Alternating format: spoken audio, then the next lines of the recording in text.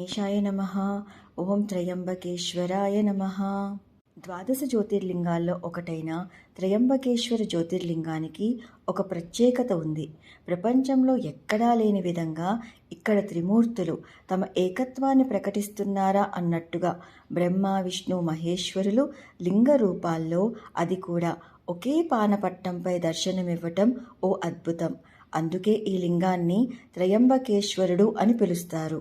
ఈ ఆలయం మహారాష్ట్రలోని నాసిక్లో బ్రహ్మగిరి సమీపంలో త్రయంబక గ్రామంలో ఉంది.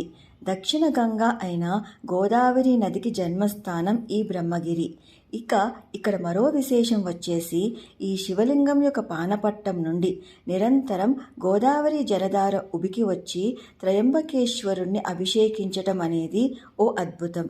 ఈ నీటి ప్రవాహం యొక్క మూలాన్ని నేటికి ఎవ్వరూ ఛేదించలేకపోయారు.